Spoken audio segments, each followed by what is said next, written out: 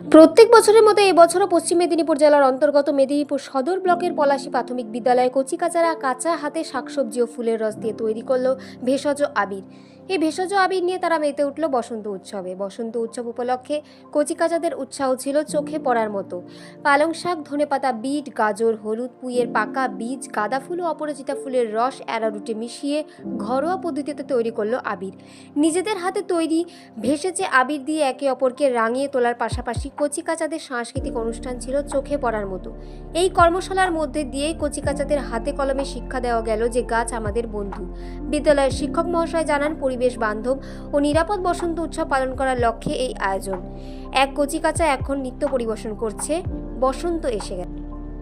বছরের মতো এবছরও আমরা সবজি এবং ফুলের রস দিয়ে আবির তৈরি করলাম এবং বসন্ত উৎসব পালন করলাম। এই আবির যেমন নিরাপদ তেমনি পরিবেশের বন্ধু। বাজারে যে আবির পাওয়া যায় তাতে অনেক রাসায়নিক থাকে, তাই আমরা স্যারদের সাহায্য নিয়ে এই আবির তৈরি করি।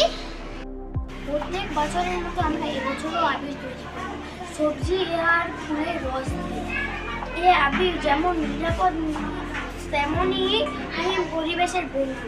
বাজারে যেই আবির কিনতে পাওয়া যায় সেই আবিরে অনেক রাসায়নিক থাকে, তাই আমরা এই আবির তৈরি স্যারদের কাছে সাহায্য নিয়ে এই আবির তৈরি করলাম। প্রত্যেক বছরের ন্যায় এবছরও আমাদের পলাশী প্রাথমিক বিদ্যালয় কচিকাচারা কাঁচা হাতে তৈরি করলো ভেষজ আবির।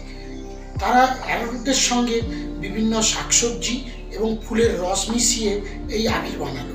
এই আবির বানানোর মাধ্যমে তারা বসন্তকে বরণ করে নিল।